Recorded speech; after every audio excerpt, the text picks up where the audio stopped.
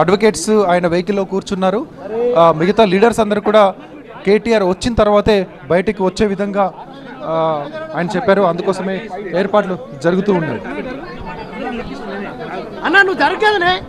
అదే కేటీఆర్ కిందకి దిగుతూ ఉన్నారు. ముందుగానే సూచనలు ఇస్తున్నారు. ఎక్కువసేపు మాట్లాడరు, ఒక వర్డ్ మాట్లాడతారు. వెళ్లే ముందు విచారణను ఎదుర్కొనే ముందు కొన్ని విషయాలను చెప్తారు. అంతకుమించి పెద్దగా లెంతీగా మాట్లాడే అవకాశం లేదంటూ ముందుగానే ఆయనకు కేటీఆర్కి సంబంధించినటువంటి సిబ్బంది సూచనలు ఇస్తున్నారు. మాజీ మంత్రులు తలసాని, శ్రీనివాస్ యాదవ్, శ్రీనివాస్ గౌడ్ వీళ్ళందరూ కూడా కిందకు వచ్చారు. కేటీఆర్ రాబోతూ ఉన్నారు. కేటీఆర్ ఆల్రెడీ కిందకు వచ్చారు, లీడర్స్తో కలుస్తూ ఉన్నారు. సెకండ్ ఫ్లోర్ నుంచి ఇప్పుడు ఫస్ట్ ఫ్లోర్కి వచ్చారు, లీడర్స్తో కలుస్తూ ఉన్నారు. బయలుదేరడానికి అంత సిద్ధంగా ఉన్నారు? రెడీ ఉండరు, వచ్చేస్తారు, కిందకి వచ్చి మాట్లాడతారు. ఏమైనా చర్చ జరిగిందా? మీరంతా తెలంగాణ భవన్లో ఉంటారు, ఏసీబీ ఆఫీస్కి వెళ్ళబోతున్నారు? తెలంగాణ భవన్లో వచ్చేస్తుంది. మాజీ మంత్రి తలసాని గారు మాట్లాడారు.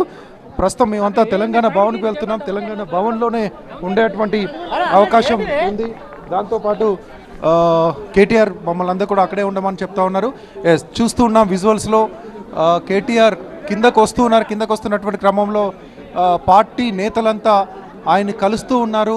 వాళ్ళని కలుస్తూ ఆయన కిందకు వస్తున్నటువంటి విజువల్స్ని మనం చూస్తూ ఉన్నాం. కేటీఆర్ కిందకు వచ్చారు, కొద్దిసేపట్లోనే మీడియాతో మాట్లాడతారు.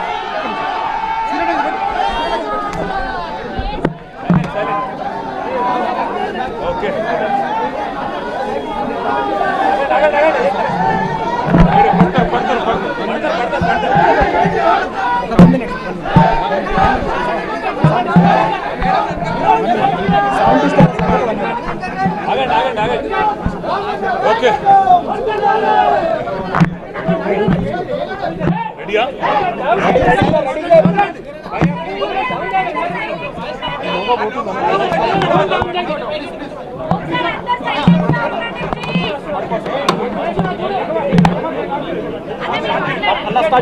తెలంగాణ బిడ్డగా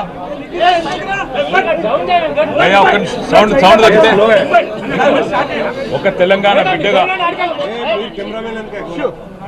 తెలంగాణ రాష్ట్రం కోసం పోరాటం చేసిన ఒక కార్యకర్తగా, కేసీఆర్ గారి సైనికుడిగా స్వచ్ఛమైన మనసుతో, నిర్మలమైన హృదయంతో స్పష్టంగా నేను గతంలో చెప్పింది మళ్ళీ చెప్తా ఉన్నా.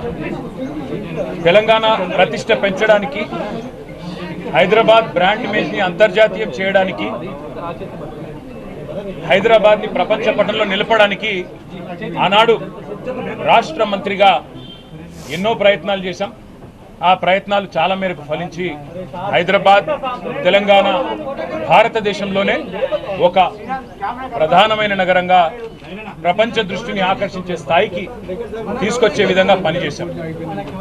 మేము 9.5-10 ఏళ్ల కాలంలో మా ప్రభుత్వం ఉన్నప్పుడు మా బావమరుదులకు 1137 కోట్ల కాంట్రాక్టులు ఇచ్చే దౌర్భాగ్యపు పని, అట్లాంటి పనులు చేయలేదు. మంత్రిగా నేను కౌన్సిల్లో కూర్చొని, కౌన్సిల్ ఆఫ్ మినిస్టర్స్లో, క్యాబినెట్లో కూర్చొని నా కొడుకు కంపెనీకి కాంట్రాక్టులు ఇచ్చుకోలేదు. లేదా నేను కాంట్రాక్టులు ఇచ్చి ప్రతిఫలంగా ల్యాండ్ క్రూజర్ కార్లు కొనుక్కోలేదు. ఆ పనులు రేవంత్ రెడ్డి గారు, ఆయన మంత్రివర్గ సహచరులు, ఆ సాగు తెలివితేటలు, ఆ అవినీతి తెలివితేటలు వాళ్ళకే ఉన్నాయి. నేను 50 లక్షల రూపాయలతో ఎమ్మెల్యేలను కొనుగోలు చేయడానికి పోయి దొరికిపోయిన దొంగను కూడా కాదు. నేను నిఖార్సైన తెలంగాణ బిడ్డను. ఏ పని చేసినా తెలంగాణ కోసం, హైదరాబాద్ ప్రతిష్టను పెంచడం కోసం చేశాను. అర పైసా అవినీతి కూడా నేను చేయలేదు, చేయబోను. సరే, ఇవాళ ఈ కొంచెం ఉర్రకుండా ఆగలుగుతారా? ఇవాళ కొంతమంది అర్థమయ్యి కాని వాళ్ళు, తెలిసి తెలియని వాళ్ళు ఏదో కొంత బురద జల్లి తాత్కాలికంగా మీడియా మేనేజ్మెంట్ ద్వారా రాజకీయ పబ్బం గడుపుకోవాలనుకునే కాంగ్రెస్ వాళ్ళకి నేను చెప్పేది ఒకటే, నిజం నిలకడ మీద తెలుస్తుంది. మీరు ఇవాళ చల్లే బురద నన్ను కానీ మా పార్టీని కానీ ఎట్టి పరిస్థితుల్లో మా దృష్టి ఏదైతే కేంద్రీకరించబడిందో దాని నుంచి తప్పించలేదు. మేము మాట్లాడుతూనే ఉంటాం, కొట్లాడుతూనే ఉంటాం. గత సంవత్సర కాలంగా విద్యుత్ ఛార్జీలు పెంచవద్దని కొట్లాడింది టీఆర్ఎస్. లగచర్లలో నువ్వు రైతులను జైల్లో పెడితే అడ్డుకున్నది టీఆర్ఎస్. నువ్వు హైడ్రా పేరిట ఇండ్లు కూలగొడితే అడ్డుకున్నది టీఆర్ఎస్. 6 గ్యారంటీల అమలు నువ్వు చేయకపోతే నిలదీసింది అడుగడుగున కేసీఆర్ బృందం. తప్పకుండా మా దృష్టి మేము మళ్ళించాం. నువ్వేదో నా మీద కేసు పెట్టి నన్నేదో చేసి దానివల్ల మా పార్టీ క్యాడర్ను మా నాయకత్వాన్ని నువ్వు దారి మళ్లింపు దృష్టి మళ్లింపు దిశగా ప్రయత్నం చేస్తాను అనుకుంటున్నావు రేవంత్ రెడ్డి. అది నీ వల్ల కాదు. ముమ్మాటికి నువ్విచ్చిన 420 హామీలు ప్రశ్నిస్తూనే ఉంటాం. నువ్వు ఎన్ని కేసులు పెట్టినా ఇది కాదు, ఇంకో 100 పెట్టుకో, ఇంకో 1000 పెట్టుకో, ఎదుర్కొంటాం. న్యాయస్థానాల మీద, ఈ దేశంలోని చట్టాల మీద, భారత రాజ్యాంగం మీద మాకు సంపూర్ణమైన గౌరవం, సంపూర్ణమైన విశ్వాసం ఉంది. నువ్వు ఏ ప్రశ్నలన్నా అడుగు, సమాధానం మా కాడ ఉంది. ఎందుకంటే మేము నిజాయితీగా ఉన్నాం. నీలాగా లుచ్చా పనులు చేయలేదు, నీలాగా తుచ్చపు పనులు చేయలేదు, చెయ్యబోము.